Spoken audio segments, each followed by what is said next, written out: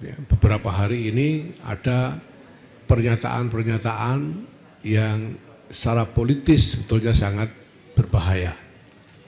Dan saya bahkan cenderung menyebutnya sebagai provokasi. Beberapa orang yang saya ajak berdiskusi soal ini menyebutnya sebagai percobaan makar. Ini berbahaya sekali. Kita tidak bisa menanggungkan anomali politik apapun. Adalah sesuatu yang tidak bisa kita abaikan, tidak bisa kita hindari, dan kita tidak punya alternatif lain. Itulah sebabnya saya juga menentang pihak manapun yang hendak memanfaatkan keadaan di tengah tantangan-tantangan berat ini untuk memicu dinamika politik yang membahayakan bangsa dan negara. Teman-teman, saya kira media juga mencatat ya, beberapa hari ini ada pernyataan-pernyataan yang secara politis sebetulnya sangat berbahaya. Dan saya bahkan cenderung menyebutnya sebagai provokasi. Beberapa orang yang saya ajak berdiskusi soal ini menyebutnya sebagai percobaan makar. Ini berbahaya sekali. Kita tidak bisa menanggungkan anomali politik apapun di tengah keadaan ini. Kita butuh bertahan bersama, kita harus survive bersama. Dan kita tahu bahwa pemerintah juga berjibaku habis-habisan untuk mengatasi masalah-masalah yang kita hadapi ini. Kita tahu persis bahwa pemerintah ini bukannya tidur enak-enakan, tapi bekerja keras sekali. Presiden juga bekerja keras sekali untuk soal ini. Maka mari kita melakukan konsolidasi bersama-sama supaya kita bisa selamat bersama-sama dari ini. Hal-hal yang menjadi keberatan pihak manapun tentang apapun, mari kita dialogkan secara rasional dan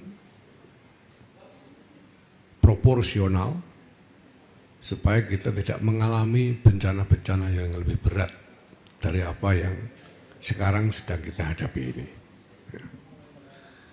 Jadi sekali lagi, pertama, kita semua berharap bahwa perdamaian betul-betul tercapai, gencatan senjata yang sekarang sudah disepakati menjadi permanen, permusuhan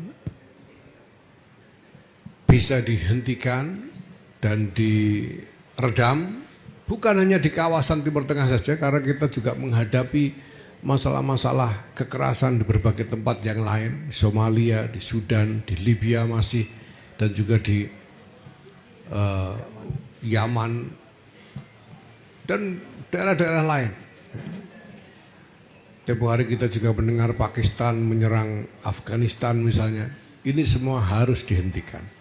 Semua kekerasan ini harus berhenti, dan pertentangan apapun, perbedaan kepentingan apapun harus diselesaikan melalui perundingan damai, melalui jalan diplomatik, dengan memperhatikan ya, dengan disiplin mengikuti ketentuan-ketentuan tatanan internasional yang berdasarkan atas kemerdekaan, perdamaian abadi, dan keadilan sosial.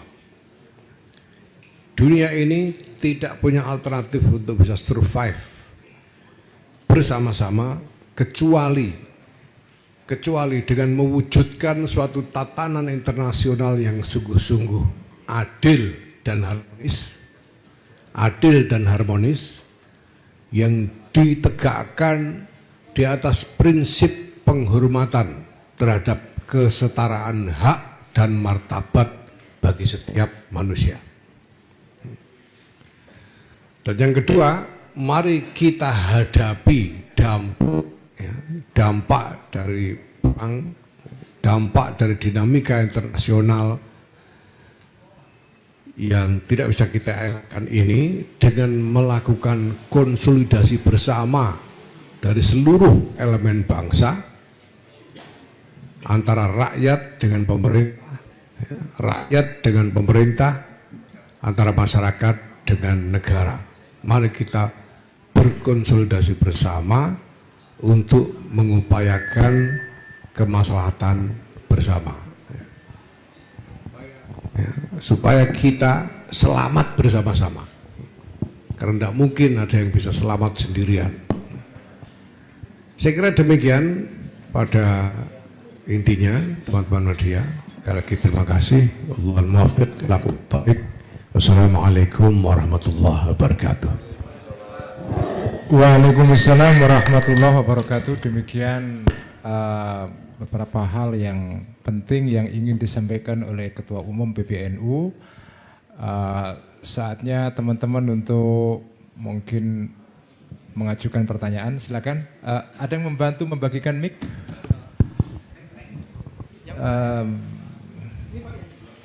Ya, cewek ini.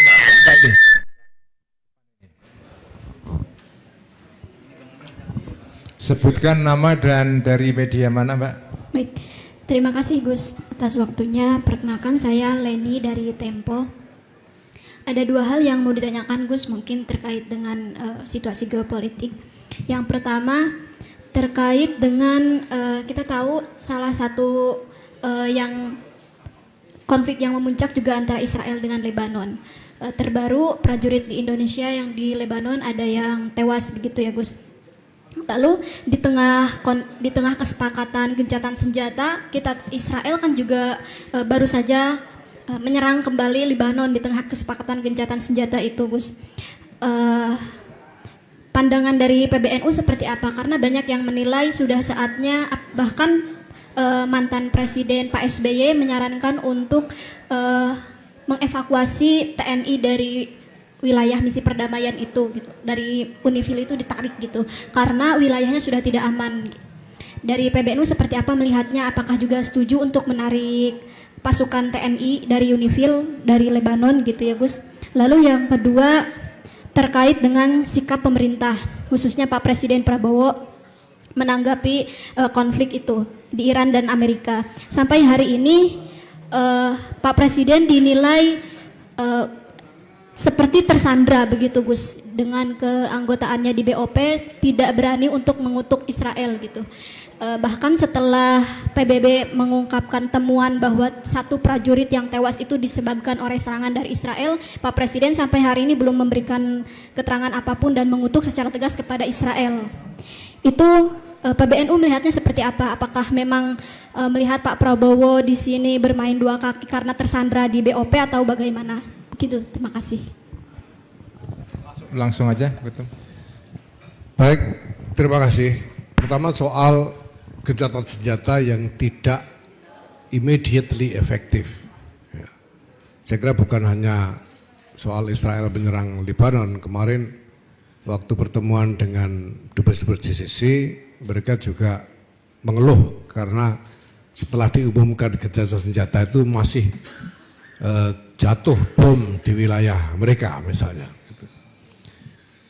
Jadi bahwa gencatan senjata itu tidak immediately efektif secara faktual setelah diumumkan, ini memang satu masalah tersendiri. Karena menurut saya ya secara alami perang itu begitu peluru ditembakkan, orang sulit untuk bisa memperkirakan apa yang akan terjadi. Itulah sebabnya tadi saya sampaikan bahwa gencatan senjata ini patut disyukuri sungguh-sungguh. Ya. Nah, tentu saja sikap kita tidak berubah. Kita mendesak, menyeru, menuntut supaya segala kekerasan dihentikan oleh siapapun. Kalau soal pembenaran, setiap pihak mungkin punya pembenaran. Mungkin, kita tidak tahu karena ada perspektif kepentingan dan lain sebagainya. Tetapi apapun itu, kekerasan harus dihentikan oleh siapapun. Ketika kekerasan berhenti, tidak berarti bahwa perbedaan kepentingan, benturan kepentingan otomatis hilang. Memang, tetapi perbedaan dan perbenturan kepentingan itu harus diselesaikan